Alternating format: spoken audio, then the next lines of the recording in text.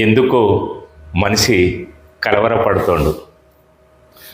తరతరాల నుంచి మానవ సమూహాలన్నీ మానవ మేధస్సుతోటి ముందుకొస్తున్న ఈ సమాజంలో మనిషి ఎందుకు కలవరపడుతోండు. ఆ కలవరపాటు ఎందుకు అనే సంగతి మనిషి తెలుసుకోలేకపోతుండు. తన చరిత్ర తానే రాసుకోవాలి, తన చరిత్ర తానే చదువుకోవాలి. తన చరిత్ర రాబో కాలానికి ఒక గొప్ప అనుభవ పాఠంగా నిలుస్తుంది.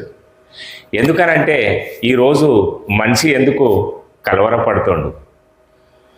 ఒక 2-3 తరాలు మనం వెనుకకు పోయినట్టు ఉంటే ఒక్కొక్క కుటుంబంలో ఉమ్మడి కుటుంబాలై 10 మంది దాకా పిల్ల పాపలతోటి తల్లిదండ్రులకు ఎలాంటి ఉపాధి లేకపోయినా కూడా, ఎలాంటి విద్య లేకపోయినా కూడా వాళ్ళు చిన్న చిన్న వ్యాపారాలు చేసుకుంటూ, వృత్తులు చేసుకుంటూ ఇంత గొప్ప సమాజాన్ని ఏర్పాటు చేసిండు. అయినా మనిషి ఎందుకు కలవరపడుతుండు. ఈరోజు మనం చూసినట్టు ఉంటే లేటు పెళ్ళిళ్ళు, ఇంకా నేను జీవితంలో స్థిరపడలేదు, ఆధునికమైన విద్యను అభ్యసించి ప్రపంచమంతా పర్యటిస్తూ ఉపాధి కొరకు డాలర్ల వేటల ప్రపంచమంతా ఉపాధి మార్గంతో పట్టిన మనుషులు, యువతరం అంతా ఎందుకు కలవరపడుతుంది. మన పరిసరాల్లో ఉన్న వృత్తిని మనం స్వీకరించక, మన మేధస్సును ఉపయోగించుకోలేక మనిషి తనకు తానుగా కలవరపడుతుండు. ఒకసారి మనం చూసినట్టు ఉంటే, గతాన్ని మనం ఒకసారి అధ్యయనం చేసినట్టుంటే భవిష్యత్తును నిర్ణయం మన చేతుల్లోనే ఉంటుంది.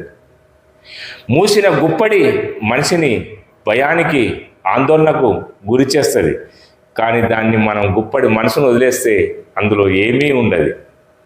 దాన్ని మనం అర్థం చేసుకునే ప్రయత్నం చేయాలి. ఈరోజు చాలామంది యువతరం అంతా నిరాశ నిస్పృహలతోటి నేను ఇంకా జీవితంలో స్థిరపడలేదు అనుకుంటానే జీవితాన్ని అంతా గడిపేస్తుండు. ప్రకృతి మనసుకి ఇచ్చిన గొప్ప అవకాశం అనుభవించడం. ఈ అనుభవించే జీవితాన్ని మనం సుదీర్ఘకాలం ప్రయాణిస్తుండాలి. మనం చూసినట్టయితే ఉంటే, గత కాలం మనసులను చూసినట్టయితే ఉంటే ఎలాంటి వ్యాధులు లేకుండా సుఖ సంతోషాలతోటి ఆనందంగా గడిపిండు. కానీ ప్రత్యేకమైన గదులు లేవు, ప్రత్యేకమైన సౌలతులు లేవు, ప్రత్యేకమైనది ఏదీ లేదు. కానీ వాళ్ళంతా ప్రత్యేకంగా బతికిళ్ళు. అది వాళ్ళ గొప్పతనం. దాన్ని మనం అధ్యయనం చేయాలి. ఆ రూపకంగా మనం ప్రయాణం చేయాలి. మనం చేస్తున్న వృత్తి నైపుణ్యం అది చిన్నదా పెద్దదా అనేది కాదు, అది సమాజానికి ఉపయోగపడుతుంటుంది. దానిలో మనకు జీవనోపాధి దొరుకుతుంటుంది, సంతోషం ఉంటుంది, ఆనందం ఉంటుంది. దాన్ని మనం ఆస్వాదించినప్పుడే ఈ జీవితం సుసంపన్నమవుతుంది. మన జీవితం చాలా గొప్పది. ఇది చిరుదూపమైన చిమ్మ చీకట్లో ప్రకాశవంతంగా ఎరుగుతుంది. ఆ జీవితాన్ని మనం పొందుపరచుకోవాలి. ఏ రోజు తనకు తానుగా తక్కువ చేసుకోకూడదు. ఏ రోజు మనము ఈ రోజులాగా ఉండదు. రోజు రోజుకు కొత్త నమూనాగా మారుతుంటుంది. కాబట్టి మనం ఆ రూపకంగా ప్రయత్నించాలి. మన ప్రయాణాన్ని ఆ రూపకంగా కొనసాగించాలి. అనితర సాధ్యమైన ఈ ప్రయాణాన్ని మనం కొనసాగిస్తూ ఆనందంగా, సంతోషంగా కదిలిస్తూ కాలంతో ప్రయాణిస్తూ మనమంతా ముందుకు పోవాలని మనసారా కోరుకుంటున్న కామారావు శ్రీనివాస్, సిరిసిల్ల.